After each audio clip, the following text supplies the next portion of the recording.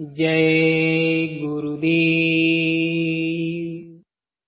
प्रेमी भाई बहनों, आप लोगों को शायद कुछ प्रेमी लोगों को पता होगा कि गुरुमुख किसे कहते हैं और मनमुख किसे कहते हैं।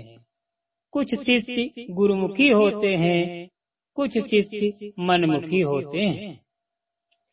गुरुमुख जो शिष्य होता है प्रत्येक बात में सत्यता और निर्मलता रखता है, चित्त में हीन और उदार रहता है, दूसरों से अच्छा व्यवहार रखता है और उनकी भलाई चाहता है। आप थोड़े में संतोष करता है, दूसरे से लेने की इच्छा नहीं रखता है।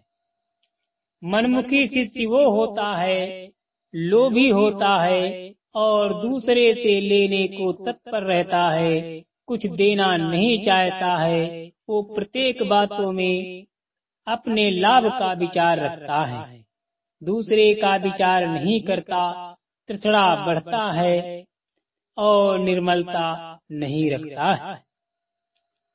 गुरुमुख जीव जो होता है संसारी जीवों से बहुत प्यार नहीं रखता, भोगों की इच्छा और आशा नहीं रखता और सैर तमाशा नहीं चाहता। उसे केवल सतगुरु के चरणों के प्रति की इच्छा रहती है। मनमुख जो होता है, जो कार्य करता है, उसमें कुछ न कुछ अपना कार्य अथवा स्वार्थ देख लेता है, क्योंकि बिना स्वार्थ के उससे कोई कार्य नहीं हो सकता। वो सदा अपना आदर और स्तुति चाहता है, संसारी इच्छा उसके ऊपर बलवान रहती है। गुरुमुख जो शिष्य होता है किसी से विरोध नहीं करता, अपितु विरोधी से भी प्यार करता है। कुल परिवार जाति पाति और बड़े आदमियों से मित्रता का अपने मन में कुछ अहंकार नहीं लाता। प्रेमी और सच्चा परमार्थी जीवों से अधिक प्यार करता है। सतगुरु के चरणों का प्रेम सदा जगाए रहता है। उनकी दया और कृपा नित्य विशेष प्राप्त करने और करते रहना चाहता है। मनमुख जो होता है अधिक कुटुंब और मित्र चाहता है, धनवान और शासक वर्ग से अधिक प्रीति रखता है और उसकी मित्रता और अपनी जाति पाति का अहंकार रखता है। दिखावे का काम बहुत करना चाहता है और सतगुरु की प्रसन्नता का विचार कम रखता है। गुरुमुख शिष्य निर्धनता और कष्ट के समय में नहीं घबराता। जो विपत्ति आ पड़ती है उसे धैर्य के साथ सहता है, सतगुरु के दया की आशा रखता है और उनके प्रति कृतज्ञता प्रकट करता है। मनमुख शिष्य कष्ट से अति शीघ्र घबरा कर पुकारने लगता है, निर्धनता में दुखी होकर इधर उधर आरोप लगाता है। गुरुमुख शिष्य सभी कार्य प्रभु की इच्छा पर समर्पण करता है, चाहे भला हो अथवा बुरा हो।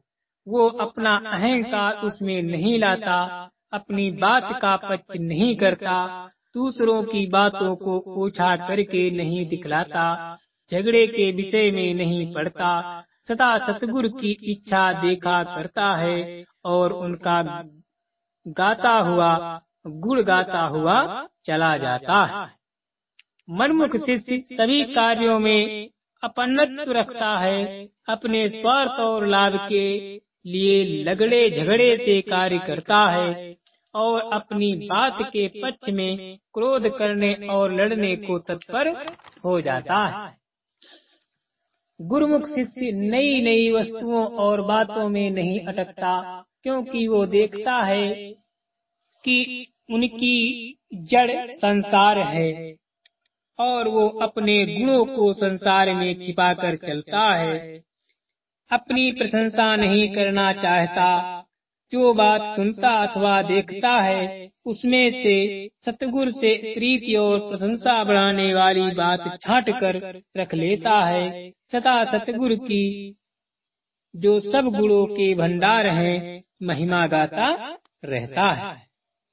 मनमुख शिष्य नित्य नई नई वस्तुएं देखना चाहता है और नई नई बातें सुनना चाहता है, हर प्रकार का गुप्त भेद जानना चाहता है और चतुरता बढ़ाता है, सबको दिखलाकर अपनी महिमा कराना चाहता है। अपनी स्तुति में वो बहुत प्रसन्न होता है।